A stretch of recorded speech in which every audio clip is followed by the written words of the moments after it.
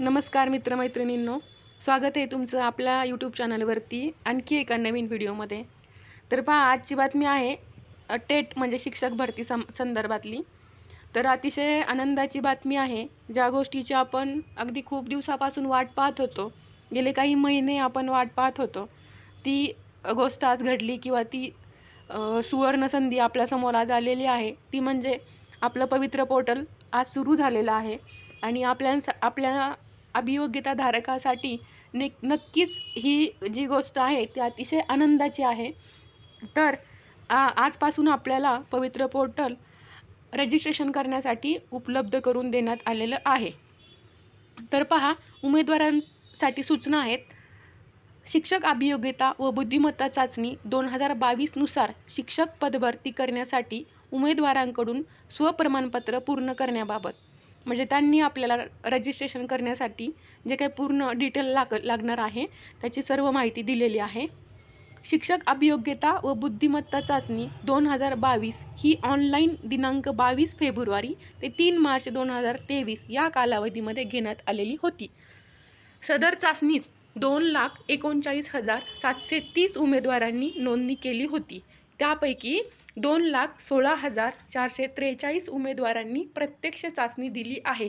तर पहा मित्रांनो, आपल्याला सगळ्यांना माहीतच होतं की 22 फेब्रुवारी ते 3 मार्च दरम्यान आपली एक्झाम झालेली होती आणि टोटल 2,40,000 उमेदवारांनी एक्झामसाठी रजिस्ट्रेशन केलं होतं.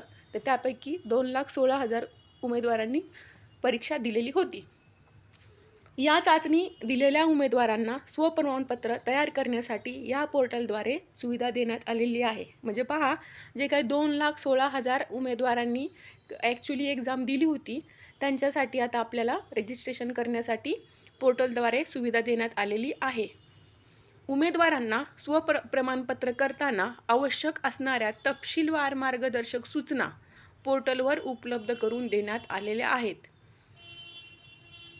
सन 2018 व 2019 मध्ये झालेल्या शिक्षक पात्रता परीक्षांमध्ये गैरप्रकार केल्यामुळे महाराष्ट्र राज्य परीक्षा परिषद पुणे यांनी प्रतिबंधित केलेल्या उमेदवारांना, म्हणजे पहा, जे काही आपले 18-19 मध्ये टी ई टी फ्रॉडमध्ये सापडलेले जे काही विद्यार्थी होते त्यांच्या संदर्भात हा मुद्दा आहे. तर अशा मुलांना खंडपीठ औरंगाबाद येथे याचिका दाखल केली होती आणि त्यानुसार त्या मुलांना या आपल्या भरती प्रक्रियेमध्ये समाविष्ट होता येणार नाही असा निर्णय दिलेला आहे.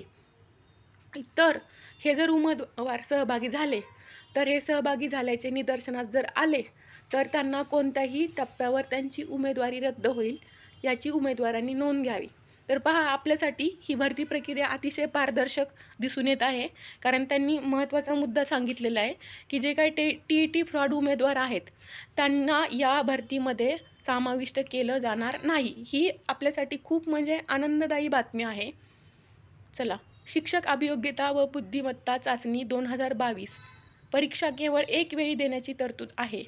उमेदवारांना चाचणी परीक्षेचे प्रवेशपत्र वितरित करताना चाचणीसाठी एकापेक्षा अनेक प्रवेशपत्र प्राप्त झाल्यास केवळ एकाच प्रवेशपत्राद्वारे चाचणीस प्रविष्ट होण्याबाबत सूचित करण्यात आले होते. असे असताना काही उमेदवार एकापेक्षा जास्त वेळा चाचणीस प्रविष्ट झाल्याचे निदर्शनास आले आहे. असे एकापेक्षा जास्त वेळा चाचणीस प्रविष्ट झालेल्या उमेदवारांना निवड प्रक्रियेच्या कोणत्याही टप्प्यावर ते सहभागी करून घेता येणार नाही. तर पहा, हा मुद्दासुद्धा खूप महत्त्वाचा आहे. ॲक्च्युली एक्झामच्या वेळी काही उमेदवारांचे 2 किंवा 3 पण हॉल तिकीट निघाले होते आणि काही मुलांनी लिटरली 2-2, 3-3 वेळा परीक्षा दिली होती. पण इथं योग्य प्रकारे त्याच्यावर चाप बसवलेला आहे. अशा मुलं जर लक्षात आले तर त्यांची जी काही नेमणूक आहे ती कोणत्याही टप्प्यावर रद्द केली जाईल. पुढचा पॉईंट आहे, उमेदवारांना स्वप्रमाणपत्र पूर्ण करण्यासाठी दिनांक 1 सप्टेंबर ते दिनांक 15 सप्टेंबरपर्यंत मुदत देण्यात येत आहे. म्हणजे पहा विद्यार्थ्यांनो, आपल्याला फक्त 15 दिवसाची मुदत दिलेली आहे आणि या 15 दिवसाच्या मुदतीमध्ये 2,16,000 मुलांना आपलं रजिस्ट्रेशन करायचं आहे. आपण आशा करू की काही आपल्याला त्रुटी आढळून येणार नाही आणि आपलं सर्व काम जे काय आहे वेळेत पूर्ण होईल.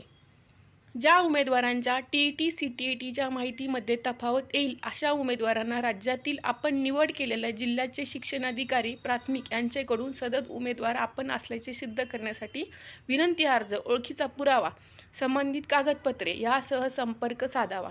सदरची सुविधा लवकरच देण्याबाबत स्वतंत्रपणे पोर्टलवर सूचना प्रसिद्ध करण्यात येईल. हा मुद्दासुद्धा खूप महत्त्वाचा आहे. त्यांनी सांगितले की जे काही TET CTET संदर्भात ज्यांना काही प्रॉब्लेम होता किंवा ज्यांच्या नोंदणीमध्ये तफावत होती, यांनी काय करायचं आहे, आपलं जे काही डॉक्युमेंट्स आहेत की विनंती अर्ज किंवा ओळखीचा पुरावा घेऊन तो सेल्फ अटेस्टेड करून घ्यायचा आहे आणि स्वतंत्रपणे पोर्टलवर तो अपलोड करायचा आहे. सन 2019मध्ये पवित्र पोर्टलमार्फत दिनांक 9 ऑगस्ट 2019 रोजी प्रसिद्ध झालेल्या यादीतील अपात्र, गैरहजर, रुजू न झालेले उमेदवार यांच्या जागी पुढील उमेदवारांची यादी प्रसिद्ध करायची आहे. त्यासाठी जिल्ह्याकडील माहिती प्राप्त झाली आहे. त्यानुसार पुढील प्रक्रिया करण्यात येणार आहे. यासाठी स्वतंत्र सूचना देण्यात येईल. म्हणजे आधी काही 2017ची भरती होती 19मध्ये पूर्ण झाली होती आणि 19मध्ये ज्यांना जॉईन करण्यात आलं, पण काहींना जॉईनिंगच्या वेळी डॉक्युमेंट व्हेरिफिकेशनच्या वेळी प्रॉब्लेम आले किंवा काही अपात्र ठरले. आता या लोकांच्या जागेवर सुद्धा आपल्यातूनच म्हणजे 23वाल्यांमधूनच त्या जागेवर सुद्धा भरती केली जाणार आहे. हे सुद्धा क्लिअर केलेलं आहे. अशा प्रकारे पवित्र पोर्टल सुरूसुद्धा केलेलं आहे ठरलेल्या वेळी 1 सप्टेंबरला आणि त्यांनी योग्य सूचना देऊन पण सर्व गोष्टी आपल्या विद्यार्थ्यांसाठी क्लिअर केलेल्या आहेत. कुणाचीही त्यामुळे दिशाभूल होणार नाही आहे आणि सर्व पॉईंट हे आपल्या म्हणजे विद्यार्थ्यांच्या हिताचेच आहेत. अशा प्रकारे अतिशय महत्त्वाची आनंदाची बाब आपल्यासाठी ही ठरली आहे. एक अभियोग्यताधारक म्हणून मी सुद्धा या प्रक्रियेमध्ये आहे. म्हणून मला या बातमीची किंवा या पोर्टल सुरू होण्याची नक्कीच आतुरतेनं वाट पाहत होते मी आणि अतिशय आनंदाचा क्षण आपल्यासाठी आहे हा.